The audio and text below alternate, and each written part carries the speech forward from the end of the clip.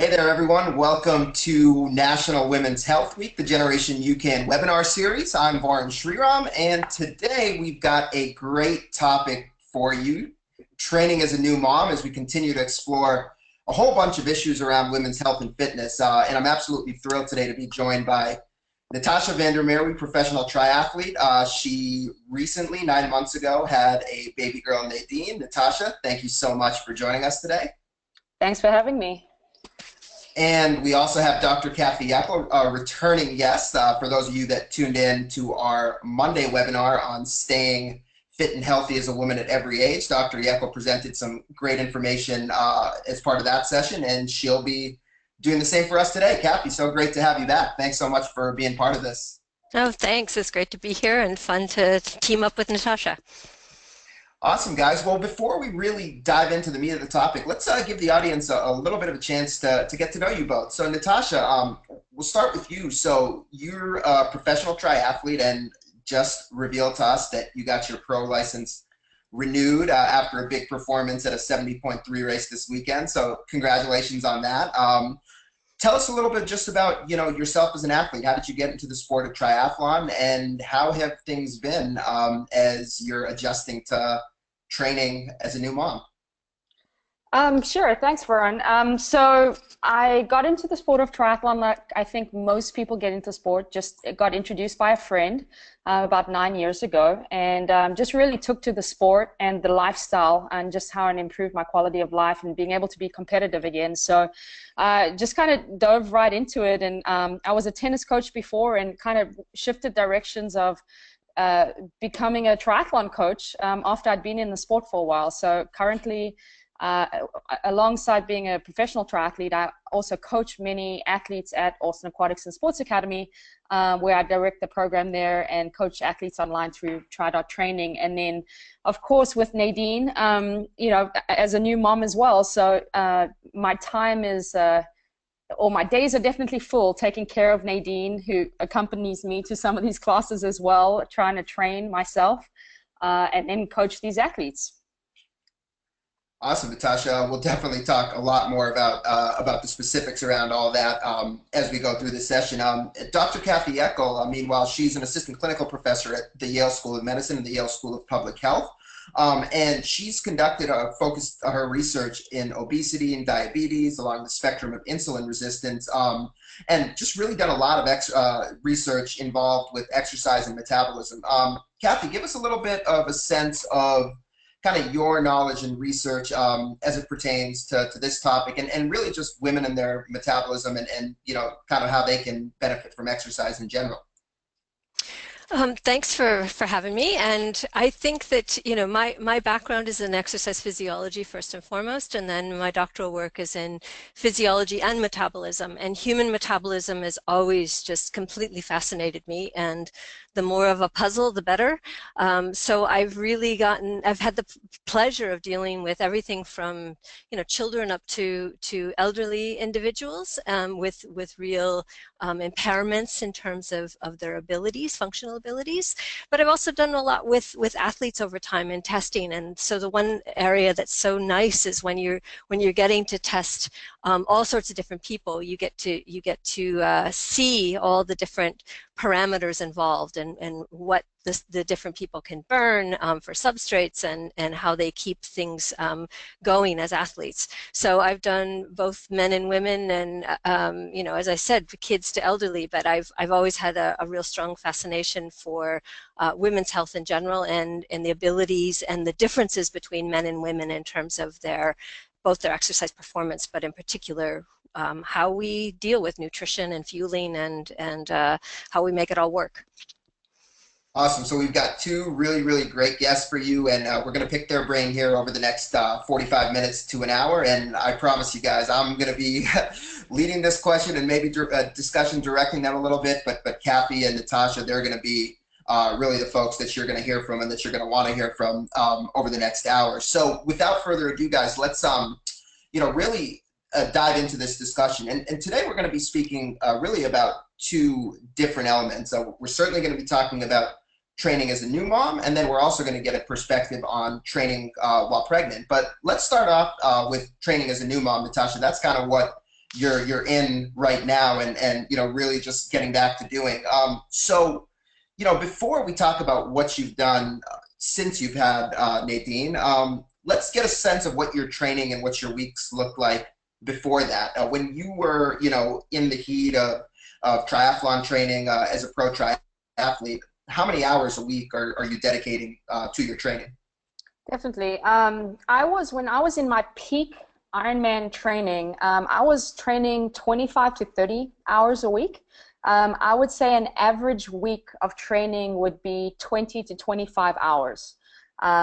And that was before I started working at Austin Aquatics, where I was coaching and running a program. So right before I started, I got pregnant, but I wasn't racing that much. I wasn't training as much, maybe 10 to 15 hours at most. But yeah, definitely. I mean, I've had years of training at 20 to 25 hours as an average per week.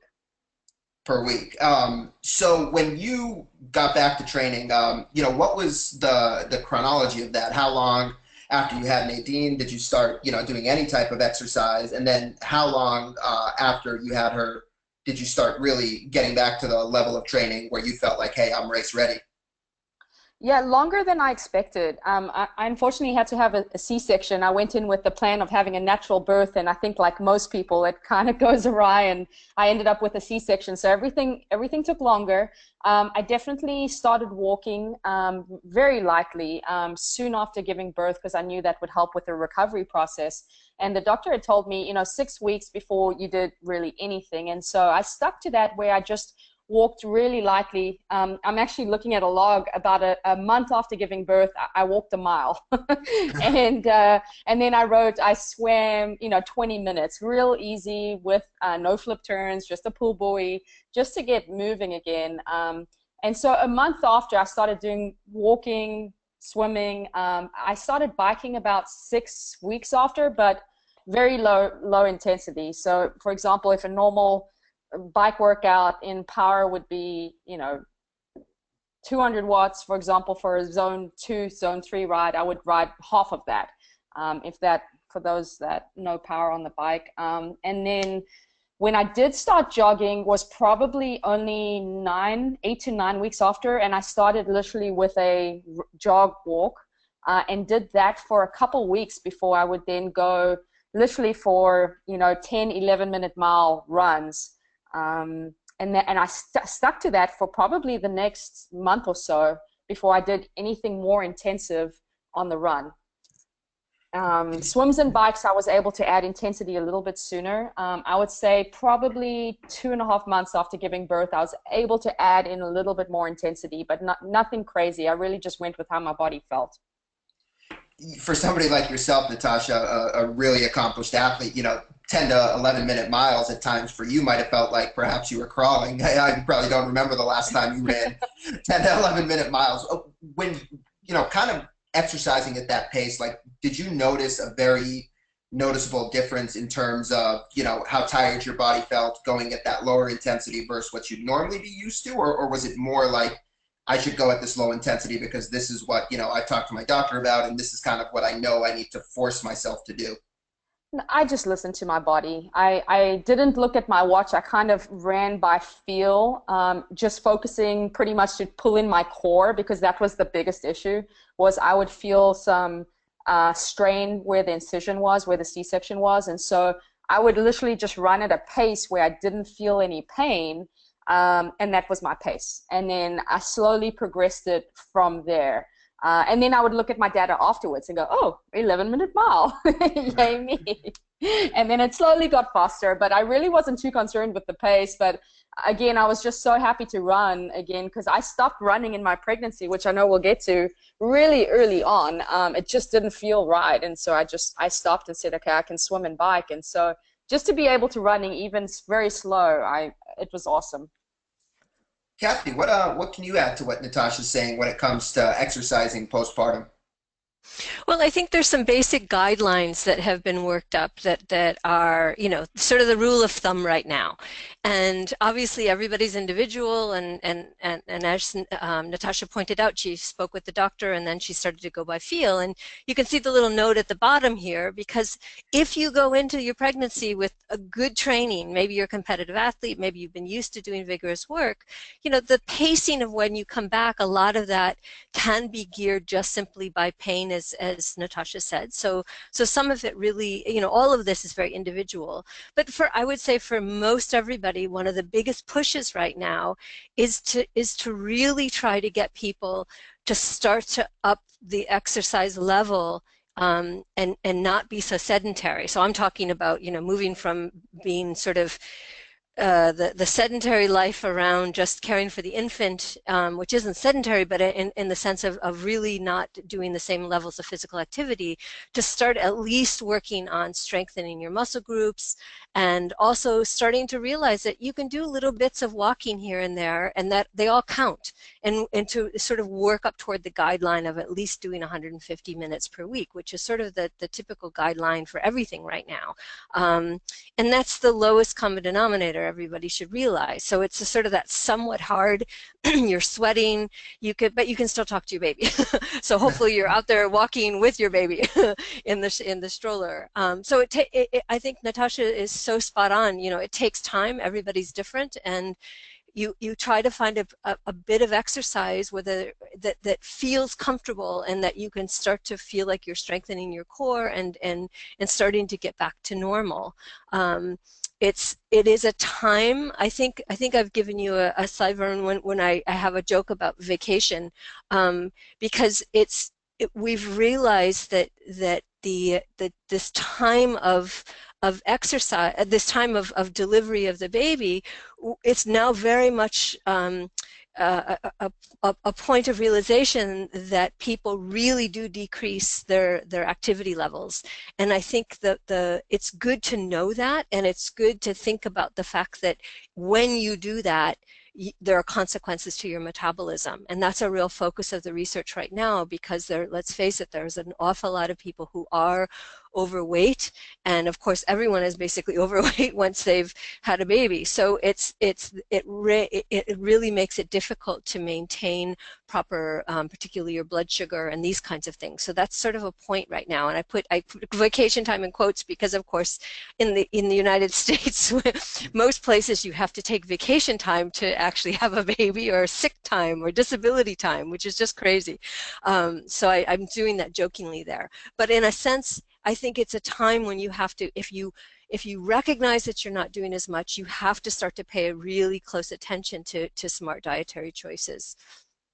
Natasha, for you, somebody that has been an athlete from the time she was young and have continued that throughout your adult life, how hard was what Cathy's talking about for you? Like, you probably had never backed off your training for that much, for that length of time, beyond perhaps injury. How difficult was that, just forcing yourself to pull back? It honestly was tough, but Cathy was right in saying that, I definitely felt better as soon as I was exercising. And so I would almost force myself, when I had the energy, pregnancy and post-pregnancy, just go out and do a little bit of something, because I immediately did feel like it just stabilized and just made me feel better for the day, made me have more energy for Nadine. But yeah, to back off that amount and not be able to work out as long, as hard, was definitely tough, but it made me enjoy it so much more when I was able to do it again, for sure.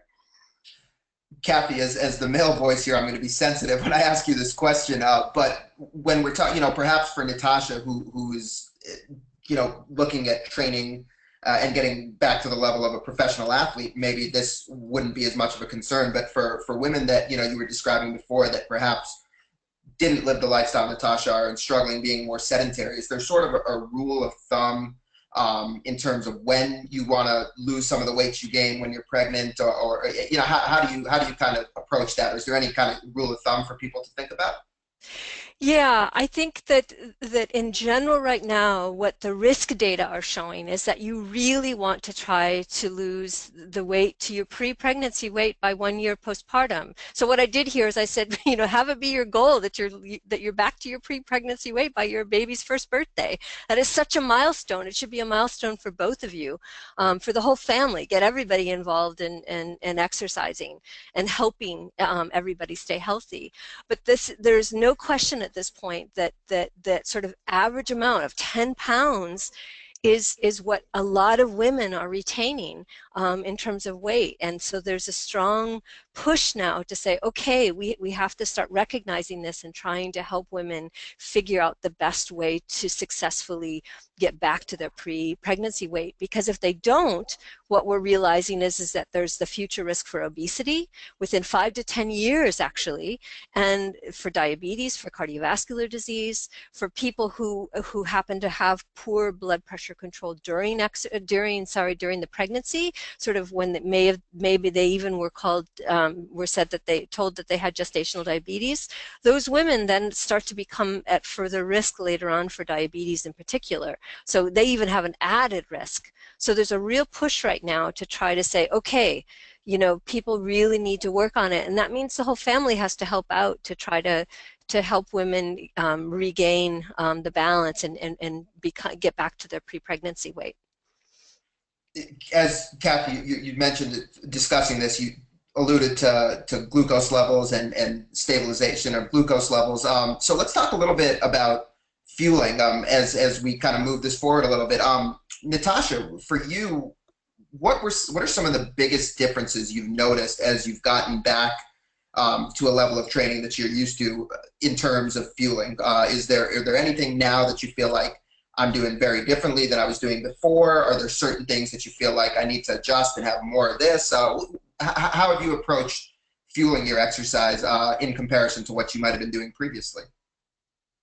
Yeah, it's actually very different, and I wish I did it before, but I actually worked with a nutrition coach here in Austin to make sure that I was eating enough, because I breastfed and I'm still breastfeeding, and so to make sure I'm taking in enough calories to do so, and then also to fuel my training and to fuel my days, so that before having Nadine, I could do a training session, and then if I was didn't fuel it correctly, I could at least go home and take a nap. But now, if I do a training session, I have to go home and have energy to take care of Nadine. So I have to make sure that I fueled correctly so I'm not wiped out. And so I would say I'm definitely eating a lot more purposefully to make sure I fuel my workouts correctly, which I always did, thankfully to Generation UCAN.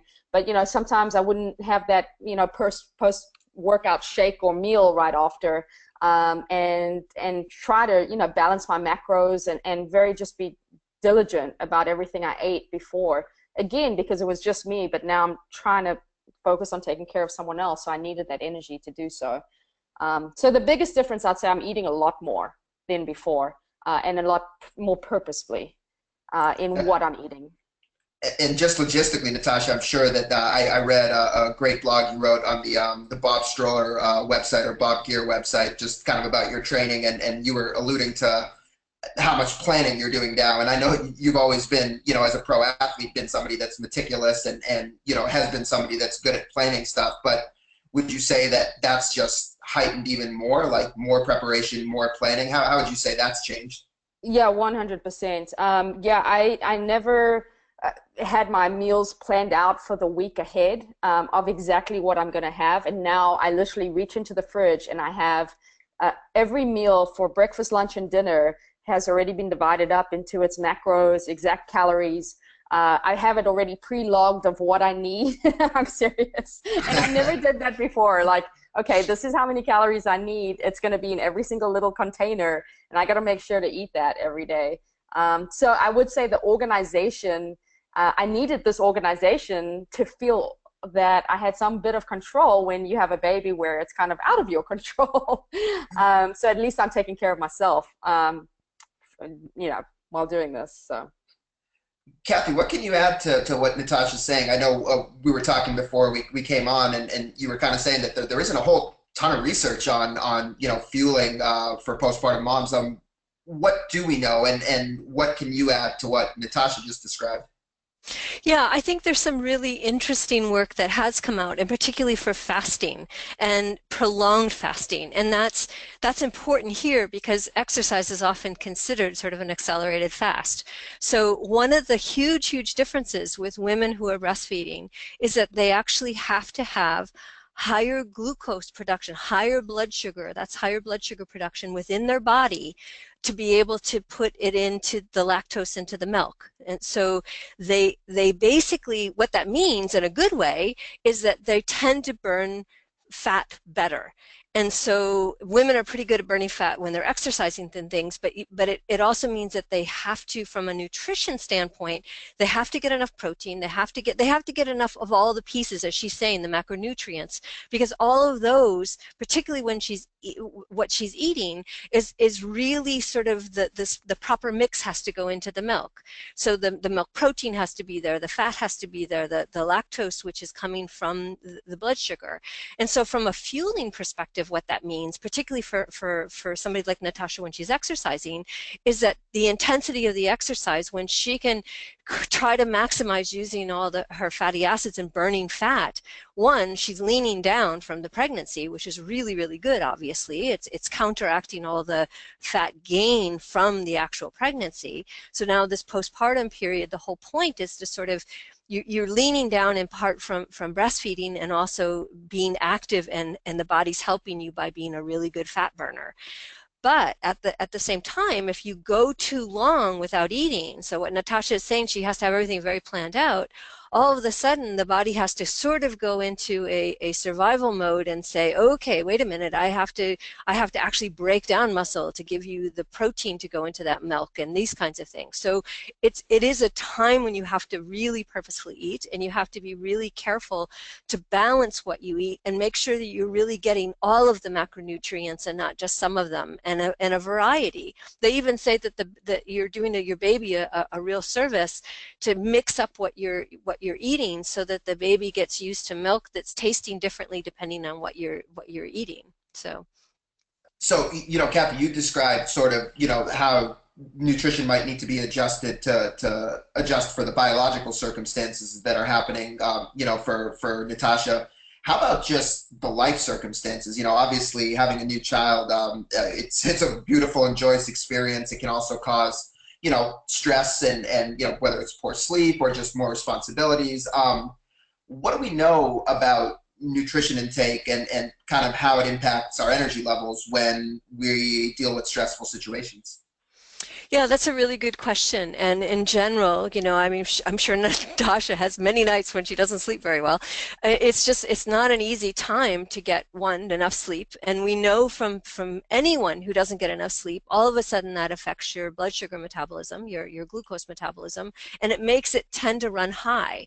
And so I can take anybody. This is just this young woman here. This is data that I have from some people that I tested. And basically under the non-stress condition, if they drink a glucose beverage, it goes up, their glucose goes up a little bit and then comes down. But if they do the exact same thing, but they're stressed before that, look how high their glucose goes. And so that's just a normal response. And, I've seen this more in women than men, to be honest. And I think it really highlights the fact that, one, we have to be really careful to stay away from sweets. But if it's a young mom that's trying to eat, I think you have to sort of take that stress condition into account and really be careful how you're balancing your food.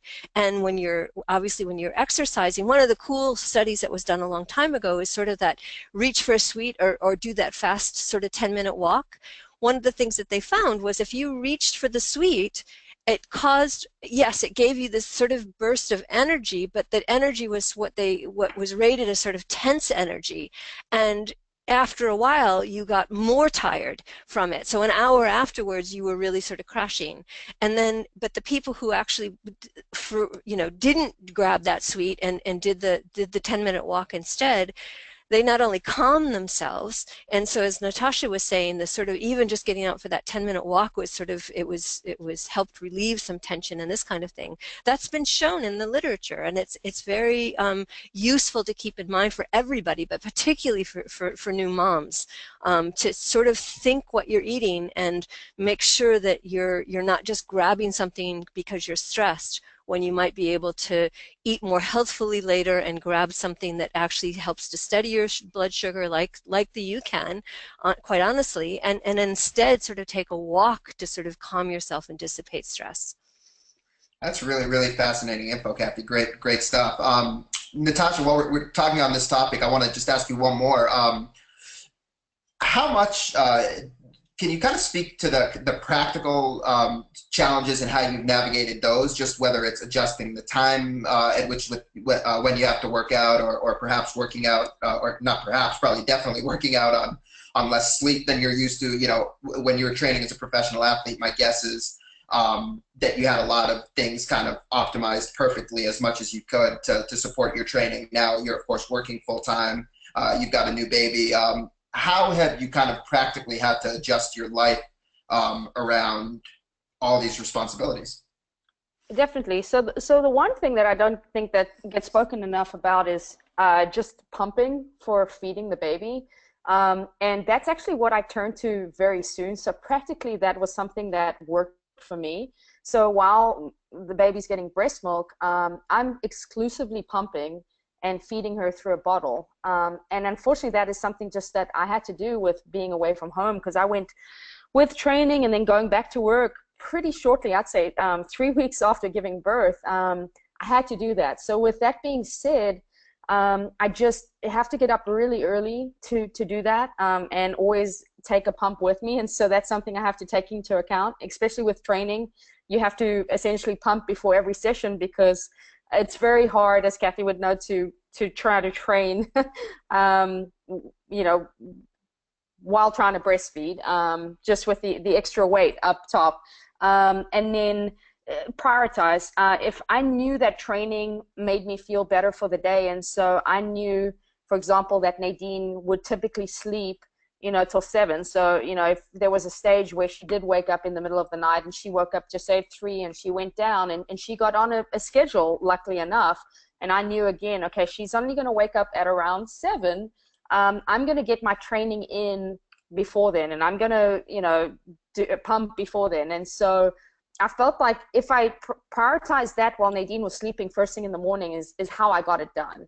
And then as quickly as I can, luckily I've had the help with my mom being here as well. We got Nadine on a schedule to where I knew, 10 o'clock she fed, 12 o'clock she went down for a nap. And so I would just make sure that all my work, and after a nap, I would usually lay down for like a 30-minute nap, and then any work I needed to do or training I needed to do that I couldn't do with Nadine would be done at that time. And so I would have that all scheduled out ahead of time.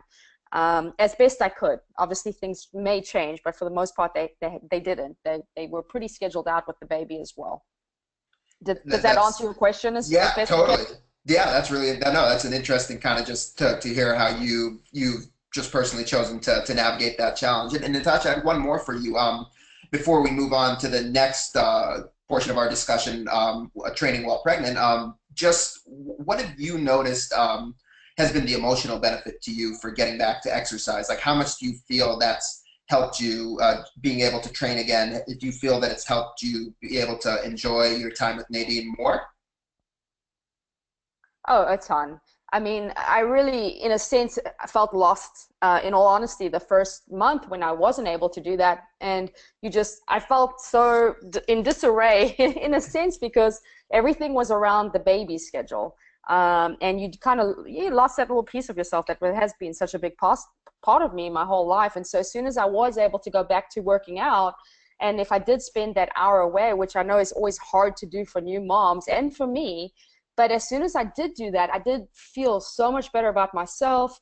I was starting to feel better about myself. And then the time spent with Nadine was just way, way better. So I cannot describe the benefit enough of just taking care of yourself, both nutritionally and then with exercise while trying to take care of a baby. Interesting, Natasha. That's a really good perspective and great stuff from both. Really fascinating to hear from both you and Cathy on this. But I want to take it now to the next phase of the discussion. And sorry, Cathy, go ahead. No, Did you I have was just something to add? two comments, because I think Please. there's two really good pieces of research.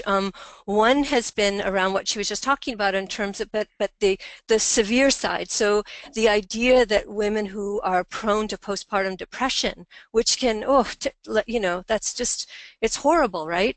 And one of the things that they found has really started to work for people is exercise. So not only the normal person in depression, but when women have just given birth and are vulnerable to postpartum depression, exercise does seem to help. So that's research that's ongoing right now, and I think really important research, because it's debilitating to many women.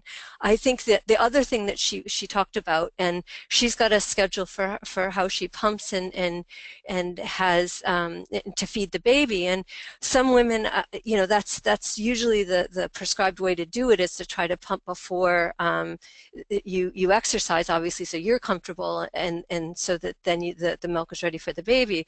But other individuals who then breastfeed, sometimes it's not quite so planned. And I think it's really good to know that they did this great blinded study where they had the woman pump. They took milk from when she was just completely rested. They took milk when she was actually having done a fairly high intensity workout, and one from a real moderate intensity workout. And there was absolutely no difference in what the baby preferred. They did it completely blinded. No one knew which bottle was which and this kind of thing. So it's good for moms to know that at this point, the research suggests that there's no difference in the milk, that the baby will accept it. And if you find little nuances about the particular child, try taking a shower or whatever. But in general, that there should be no concerns about the quality or anything about the milk per se. Cathy, this is why I love having you on. You've got a study. If a study exists, you've got it to reference for nearly anything we talk about. It's great information.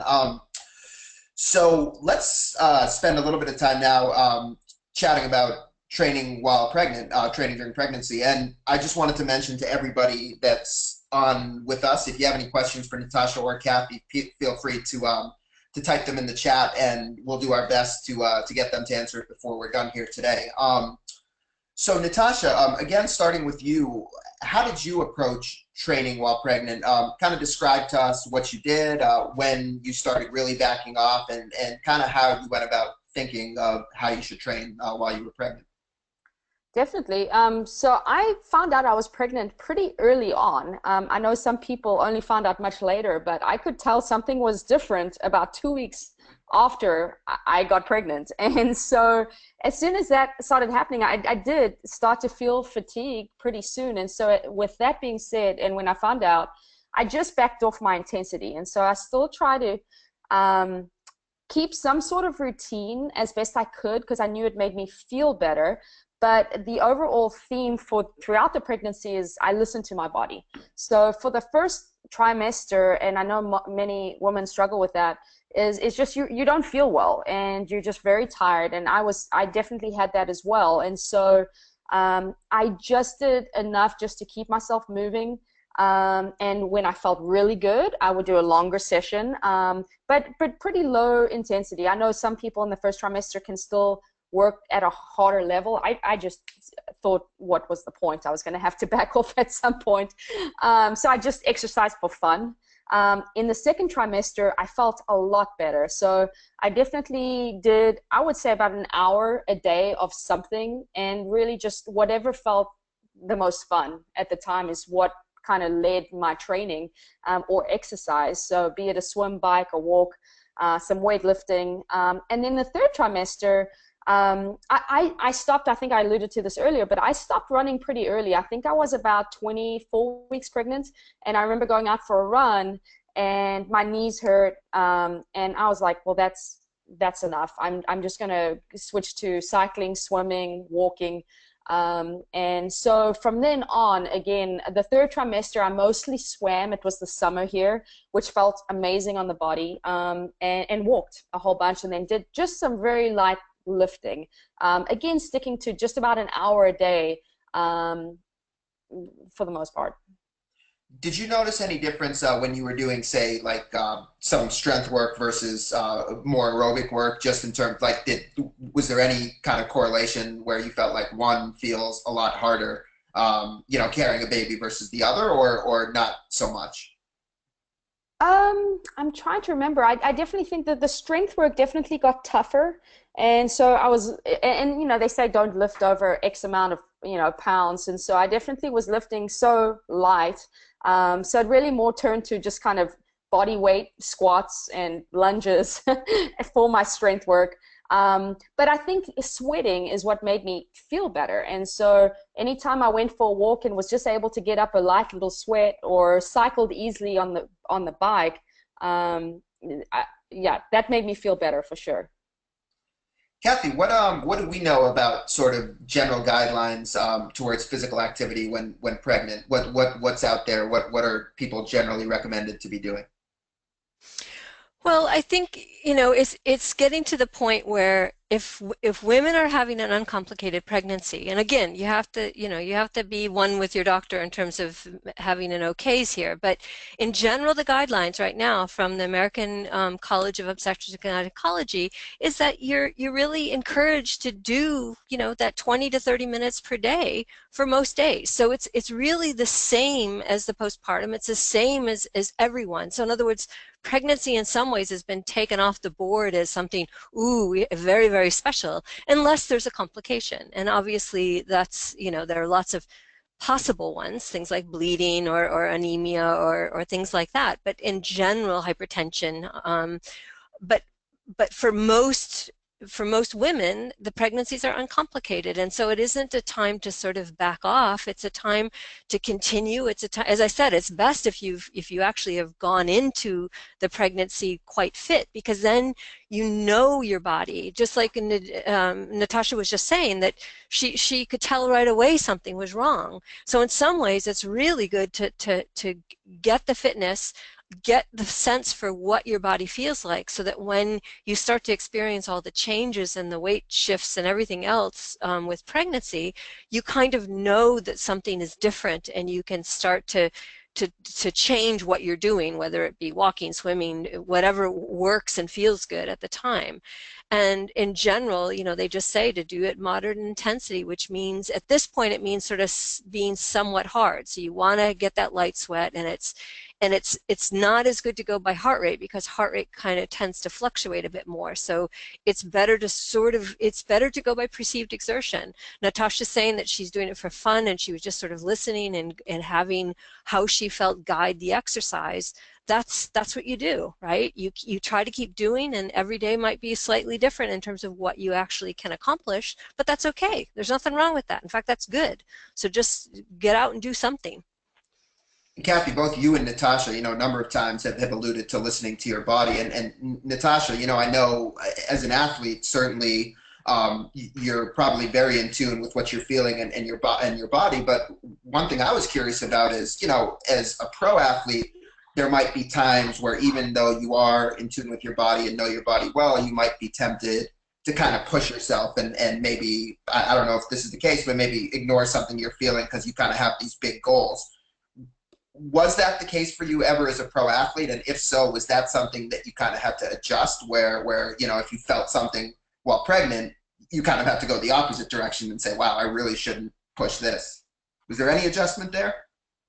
Yeah, I mean, I really didn't have that need to push hard when I was pregnant. So I was never fighting that. I mean, I knew that once I'd had the baby, and I knew there was going to be a point to get back to it and push hard. So I just really enjoyed not having to even think about that being an option, if that makes sense. Yeah, no, it definitely does. Kathy, back to you. Just sticking on the topic of what we know about exercising during pregnant. What does the research show us in terms of you know, the impact of exercise on weight gain and how much exercise is safe? Can you just speak about kind of that whole relationship? And I know you had kind of a slide on some, recommended how much weight people should gain when pregnant, which I'll get to in a moment. But could you just speak about kind of the exercise during pregnancy from that standpoint? Yeah, I mean, just like the postpartum literature right now, there's a real push to have women try to stay within the recommended guidelines for how much to gain above, based on their pre-existing sort of BMI, that kind of thing. So if you want to show this slide first, this is just the Institute of Medicine guidelines. I'm sure each country might have slightly different guidelines, but in general, this is where we are right now. And it just means, I know this slide may have gotten a little bit messed up here, but you have the pre-pregnancy weight on the left and the recommended weight gain on the right there. And you can see that, as you move up in terms of your pre-weight, they want you to gain less weight. And I think, like so many situations, even if you're just out training for a marathon and you're a normal, healthy individual and you're not pregnant, you have to keep in mind a lot of training and a lot of life circumstances, particularly for women, it's not a license to eat more. And it's not, and it used to be, people used to think, oh, pregnancy is, oh, I'm eating for two, it's a license to eat. And our framework is completely changed on that. And if anything, it's really having to be very disciplined about what you eat and disciplined about the kinds of food in terms of quality, and not trying to eat and not trying to give in to strong cravings and this kind of thing. They call it intuitive eating to a certain extent, and that means, and this happens both during pregnancy and postpartum, because some of your food cues and hunger cues get a little bit screwed up. And so what they recommend is that you really listen and try to say, okay, am I hungry? Or am I really thirsty? Oftentimes those two are confused in the body. So it's to take that extra second to say, okay, wait a minute. Am I just eating to eat because I'm an emotional hormonal mess? So I'm inhibited about eating, or am I really hungry and I need that stimulus, I need that food? And I think there's a real push to kind of bring that into focus for women, and to take that extra couple seconds to say, should I be really eating this, or am I just eating to eat? So interesting, sort of a contrast, Natasha, to what, we were talking about when we were talking about training after having a baby, where you're focused on making sure you get enough calories. What Cathy's saying is, it's I guess a little bit of the opposite, kind of being more mindful of what you're eating while pregnant. So for you, Natasha, in terms of fueling your exercise while pregnant, I'll ask you a similar question. How did you approach that? How did it change? What was different when you were considering the energy you needed to exercise while pregnant? I will be honest and say I wish I was definitely better and heeded Dr. Cathy's advice, because I was someone that did gain more than I should have, because once you're kind of on, I got back to my pre-baby weight very quickly after giving birth, because, when you're on, I'm a lot more specific with my nutrition, but I did not do that when I was pregnant, and wish I did, because if I look back at the weeks and days when I did do that, and I was very mindful about eating not too much, eating very well, I felt amazing. But there were many days that I didn't do that, again thinking, well, I'm not training. So 100%, when I did that, I fueled my workouts just the right amount, because again, you're not working out very hard. So be it an easy 30-minute walk or a swim, you're not burning that many calories. So in all honesty, I should not have been eating that much, but I kind of did as if I was training for an Ironman. So definitely, if I had to do this again, I would 100% heed Dr. Cathy's advice to be much more diligent in my pregnancy. So, Cathy, to take it, to the next step, so there is a research study about exercise during pregnancy. So what can you tell us about what the study says? I mean, these data are pretty amazing, because this was just literally an intervention group versus control. So they were randomized, and they did, the exercise was literally just 3 times a week, right? Just light to moderate aerobic and strength training. And look at the difference in the proportion of women that ended up basically gaining too much weight. And you can see that the exercise group, that was halved. So just simply adding in a little bit, and there were no differences in the baby growth or anything. So this is the, this is the lowest of the lowest possible exercise, which tells me that, it really does help to exercise, because it helps you sort of stay in tune. And I think in terms of these data, certainly what it did was it kept them from gaining too much weight. I mean, Natasha has another extreme, because one, she really is used to eating lots of calories to fuel herself, and that's going to be that's even now when she's training postpartum, whereas the majority of people they're at that point where they're having to really start to think about restricting calories to try to get their weight down, because they're not exercising as much. And it just shows you the power of exercise to really help sort of control weight. And when it comes to fueling, Natasha just shared a little bit of her experience. What does the research show just in terms of blood sugar control and energy balance, and what might be beneficial for pregnant women in terms of fueling? Well, I think, again, for the majority of women, you really have to start to worry about taking in too many simple carbs, because the blood sugar is oftentimes is a problem. So really trying to keep steady blood sugar and to keep the variability down. So there's some good work in terms of just, and this didn't even have to do with exercise. I think they may have had everyone sort of exercising some, but sort of that low glycemic index load type of a diet. So real complex carbohydrates and protein and fat. So versus sort of that high with too many simple sugars. And the variability, the glucose variability between the groups was pretty astounding. So the control is much, much better in pregnant women if they can not be consuming lots of sweets and simple sugars. So that really bridges us perfectly into the final part of our discussion this evening. And Cathy and Natasha, it's been really great kind of picking both your brains and really, really great information and just awesome to hear kind of Natasha's experience too.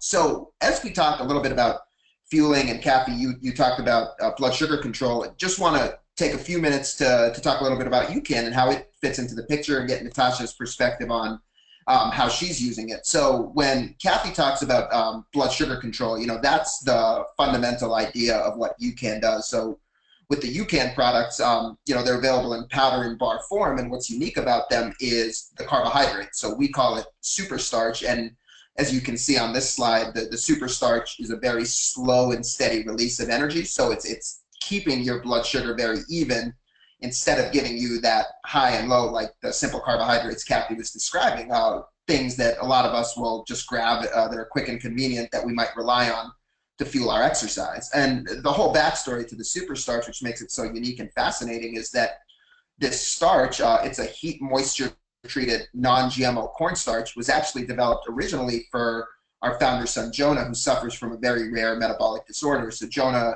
has a glycogen storage disease, which causes severe hypoglycemia, and these kids have to be fed every 2 hours previously to just maintain their energy levels.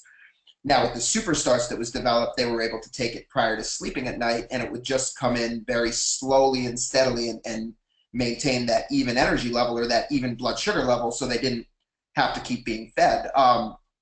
Cathy, when we think about the properties of super starch and also tying it into what you were just saying about blood sugar control, how can women who are either new moms or pregnant kind of think about this as potentially having a benefit to them? Well, it's a really nice tool, because even say you're early on in your pregnancy, any time, because particularly if women are starting at being overweight, so they are trying to stay within the guidelines and this kind of thing, you really are trying to be careful about eating good nutrition. So, and yet you want stable blood sugar throughout the day, because it's going to make you feel better, particularly for pregnant women, it's going to make them feel better.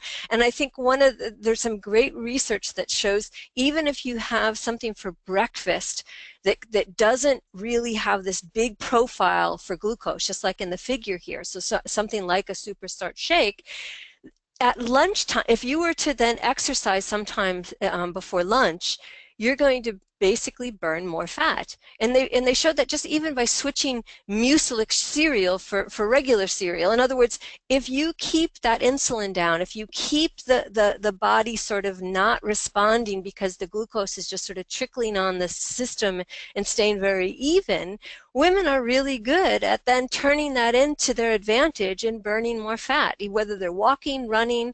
It's just a terrific set of research, and this is 3 hours later that they already have that ability.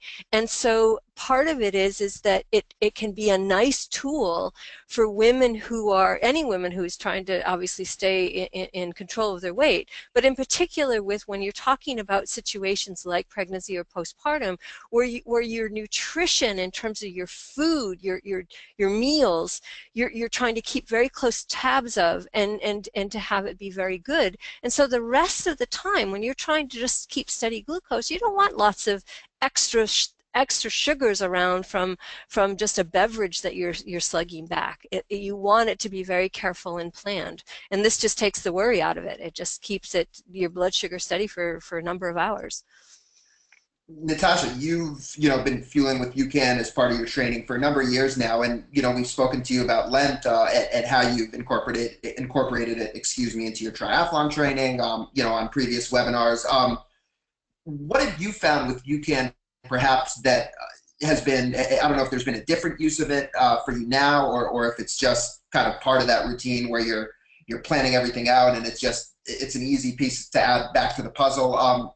Have you done anything differently with UCAN, and how have you used it, in this period where you've gotten back to training? Honestly, no. It worked so well for me pre-pregnancy that I just went back to what I was doing before. And that was, I do my sessions early in the morning before Nadine is awake, or before I'm coaching. And so to be able to get up that early and to eat was very difficult. So to know that I could just grab a UCAN shake and perfectly fuel my workout, and just to have it be so easy on my stomach was perfect. And then the biggest game changer, which we've talked about in the past, was I always, you do these long sessions or back-to-back sessions, and I'd always find my blood sugar levels drop and my energy would drop halfway through a session, be it in the pool or on the bike. And UCAN was such a game changer. I call it kind of the baseline of fueling, where as long as I got my UCAN shake in before training, I knew I was good. And then anything on top of that was just kind of bonus fuel, which made me feel maybe even better. So adding another shake in midway, depending on the length of my workout. But that was the biggest thing. And then with my athletes, so many of them, we have our first cycling workout at 5:45 in the morning. And I would say 90% of them would come in and wouldn't eat before they workout again, because it was just so early, and they would fail at their workouts, and just saying it was just too hard to digest something that early or eat something on the way. And so to be able to, I've introduced UCAN to all of them, and it was just a simple fix for them to drink a UCAN shake while they're driving to the workout first thing in the morning, and it's helped everybody, in all honesty. That's a great perspective, Natasha. And Cathy, one thing that popped into my mind, one of the other properties outside of the stabilization of blood sugar for an extended period of time with UCAN is the ease of digestion from the superstarch, very large, complex molecule that gets out of your stomach quickly. So we heard Natasha share her perspective, either for herself or for athletes that struggle to eat a lot before working out, how this is such a great option. Is there anything for women that are pregnant or for women that have just had a baby in terms of digestion, like anything? Does that whole process make digestion more difficult? Is there any data on that, or is it not really that GI aspect? Does it not really have any particular relevance, for women in these situations? Well, I think it's very individual. This is just anecdotal. I mean, women that I know, quite a few women that I've known that have tried to get back into training, and I don't know if Natasha had this problem, but they really do have intestinal problems, and that can be quite severe. So they have a huge learning curve in terms of when they can eat, what they can tolerate. And so to have something that's gentle, to have something that it can be a real game changer for people. So it's this, I'm not aware of any research on it, but I am aware that it is a very sort of, in some ways, an undiscussed problem. and yet it's a severe problem for many, many, many women, particularly, I'm from the runner side of things, so particularly in runners, and it may not be quite so bad when people are not weight bearing, but weight bearing exercise for women who have had, particularly in the postpartum period, it can be really tough on women. Natasha, was that anything that you noticed? Was that situation that came up for you where you felt things might be a little harder to digest, or not so much?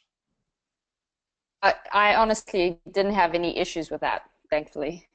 Yeah, that's good. Yeah, I'm happy. We're glad you answered it that way. I just quickly Natasha talked a little bit about the UCAN and using it pre-workout. We'd also heard Cathy talk about utilizing UCAN in a shake during the day to keep your blood sugar steady. So there's also a version of the UCAN with added protein in it. So it's the same idea, this starch to keep your blood sugar steady plus the protein, which makes it really great to add to any type of meal replacement shake or smoothie during the day. And this is one very popular recipe that I know a lot of people like, with either our chocolate or vanilla protein UCAN.